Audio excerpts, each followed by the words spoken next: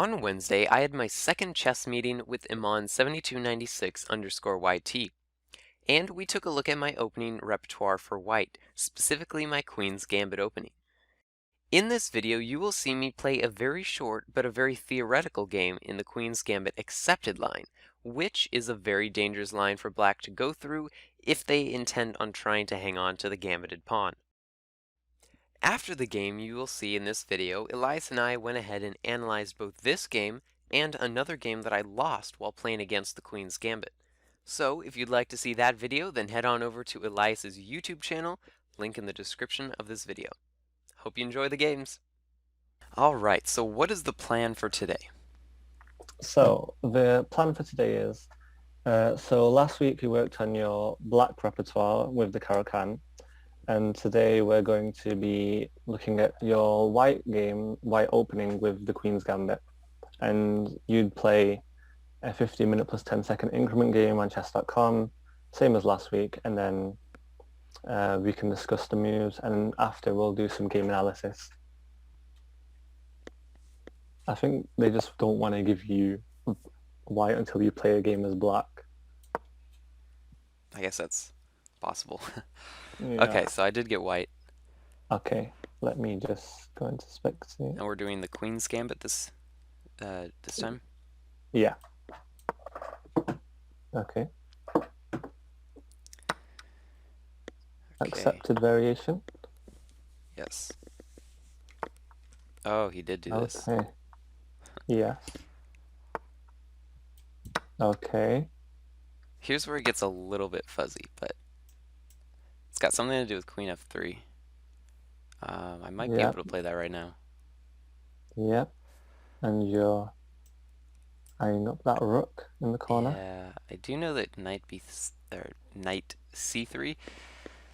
It's also a move, but if he just plays B4, I think I just play Queen F3 here. Yeah. I always forget the order of the moves, especially when they try to hang on to that pawn. This is a good start. Yes, this is a very good start. Yeah, his rook's just trapped. I'm kind of wondering what the best move for black is here. Is it knight C6? I think it's to go knight C6, and then if you take, then he blocks with the bishop. Yeah. Like bishop D7. Yeah. Okay, so knight goes there, takes a check, blocks with the bishop, queen defends the rook.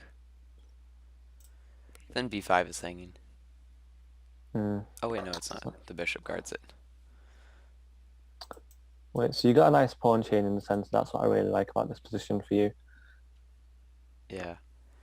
I've played this a couple times where my opponent tries to hang on to that pawn, and most of the time I get really, really weird positions.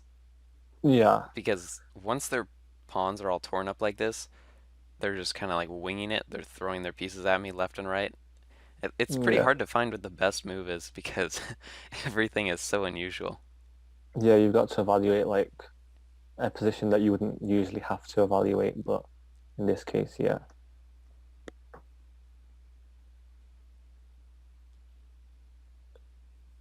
Oh, I see your rating's gone to 1500.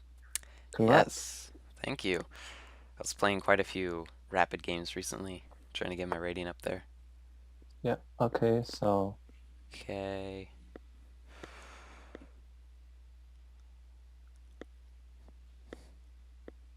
It does look a bit tricky, but I don't think that works. He wants to trap my queen, so queen takes A8, bishop to B7, queen takes A7. Yeah. I think frees my queen. Yeah.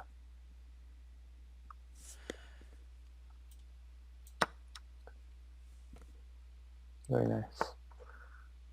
Okay. Plays this. This happened the last time I did this opening. They were trying to trap my queen in the corner.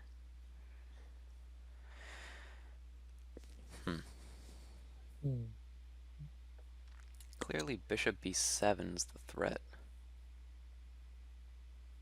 Well, the bishop can't go to right now it can't go to b7 anyway because of the pin of the queen. That's true.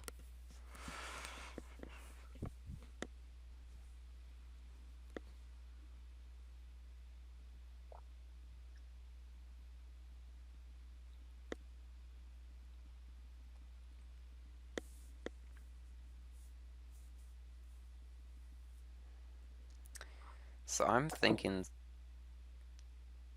maybe knight to c3.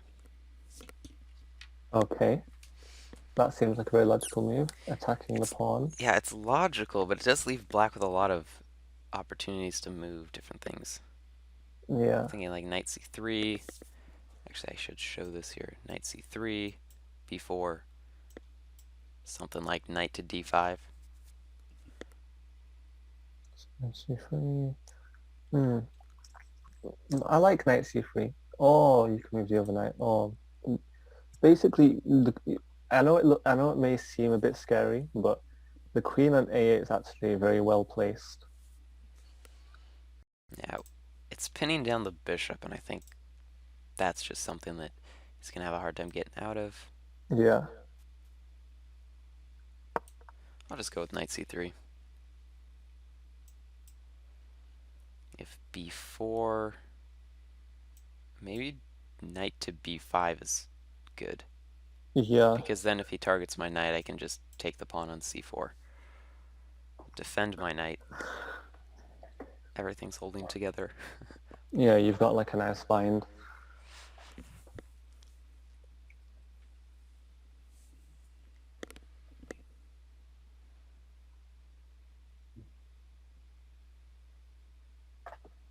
I suppose any game where the opponent fully goes after that gambited pawn, or partially gambited pawn, and they try to hang on to it is a really good learning opportunity. You get to see how it's actually not a free piece. Yeah, it's very nice because they're trying to defend. I've played this. I've fallen into this trap myself as well, where I tried to defend the pawn and if you try to defend with the a pawn, you can just take the pawn on b5, and then the pin of the rook means you can't take our knight, and then the queen f3 line, which you very well played. Yeah, it's the only winning move. Several games I've completely missed it. I just forgot that I'm supposed to play that. But then when I go back to the analysis and I see queen f3 just wins the game, I'm always so disappointed. It must hurt. Oh yeah, definitely. Because you're so close.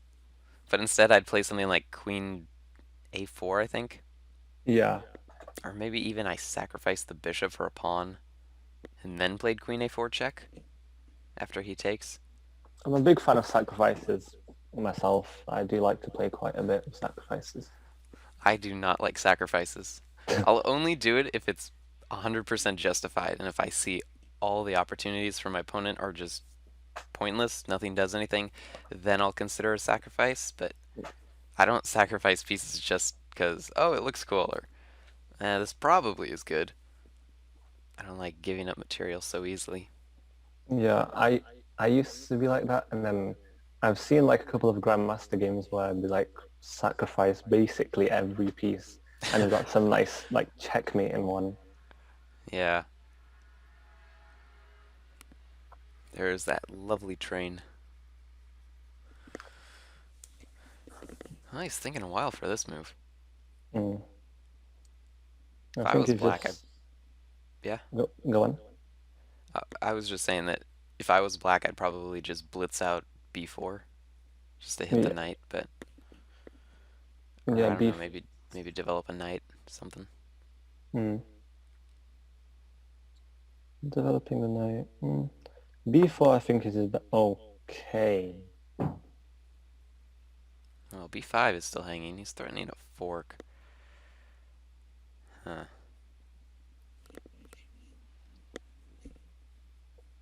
Interesting move.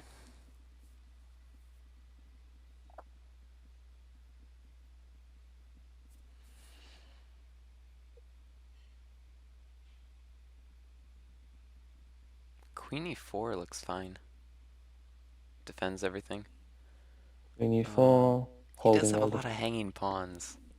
Yeah, um, Like I think you can take the pawn rook takes a7. or Then he rook takes. checks me. Yeah, rook takes with the tempo and the queen. Then I'm thinking like he checks on c2. Then I just charge the knight with the king. Yeah. So you've got, when he comes with the knight check, you've got either king d2 king e2 or king d1, the free squares. Yeah. I'm a little hesitant to move my king because I can't castle, but I think I'm just up so much material. Castling isn't going to be that much of a problem if I can't Yeah. castle. So the thing is, he tried to go. I know what he probably thought. Probably going knight b4, trying to get a fork, perhaps even getting the knight into d3, going for some quick checkmate ideas. But it doesn't really work here because he's not got enough pieces attacking. Right. I don't see a good way for his queen to come into this attack. Yeah, his queen's blocked out very beautifully by your pawns.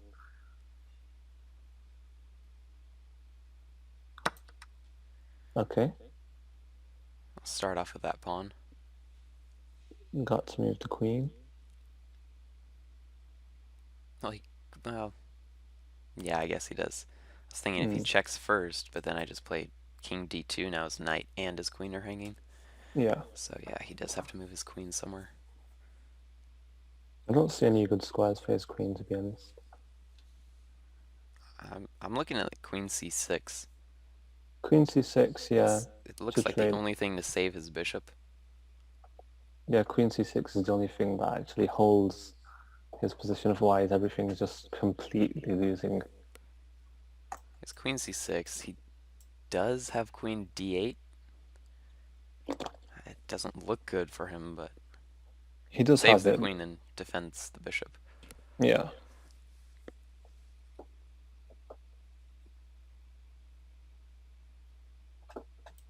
Okay, so if he plays queen c6, yeah, I'm up 5 points. I'm just going to trade the queens off. If he yeah, plays queen to d8, I'm thinking I'll just take the pawn on b5, yes.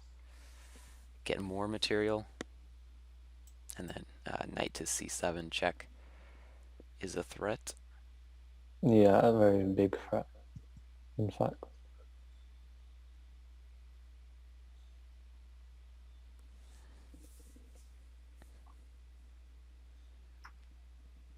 It is a bit odd that I got paired against a 1379 opponent Yeah. as a 1500. Wait, have you got there's a thing in settings where your pairings you can like Change change. the range. Yeah. I I think it's plus or minus 200. Okay, that's the range I set mine to. It used to be plus or minus 400, but I think I changed that just because I kept getting paired against guys just 400 points ahead of me. I'd get crushed a whole bunch of times. So 200, 100 points. Yeah, it's a decent range. that way you do get some stronger opponents, but not so strong that you'll lose and not even know why. Wow, he just resigns. Interesting. Interesting, very interesting. Doesn't want to play it out. Yeah. Okay. I guess we'll take a look at this game. There's probably not that much Yeah, it's to just look at. 9 moves. Oh, it was 9 moves. Wow. That Yeah. was a short game. 99.7. That Jeez, some that nice might accuracy. that might actually be my highest accuracy game I've ever played. Trying to It think. probably is. I had one game, it was a while ago, where uh, it was the beginning of the game, and I think I made a couple mistakes which lowered my accuracy a bit. It was Yeah. probably down into like the 80s or something, but then I was able to get into a drawn position with my opponent, and since we never repeated moves, I think we went to the 50 move rule. And since in the end game it's kind of hard to play a bad move, everything was best, and so we both ended up getting like 98, 99 something. I've So never that's the the only highest. other game. Oh, wait, I think I've seen that game on your chess.com page. Oh yeah, I think I did put it there. That's my Yeah. highest accuracy game. Yeah, I saw that. Let's see. Looks like 99. I just wrote it as 99% accuracy. But let me take a look a little further.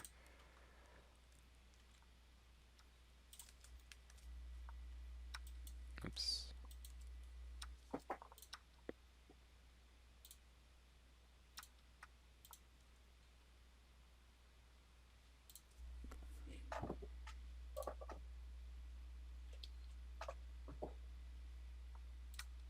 Yeah, everything you played in this game was virtually, yeah, it's just good.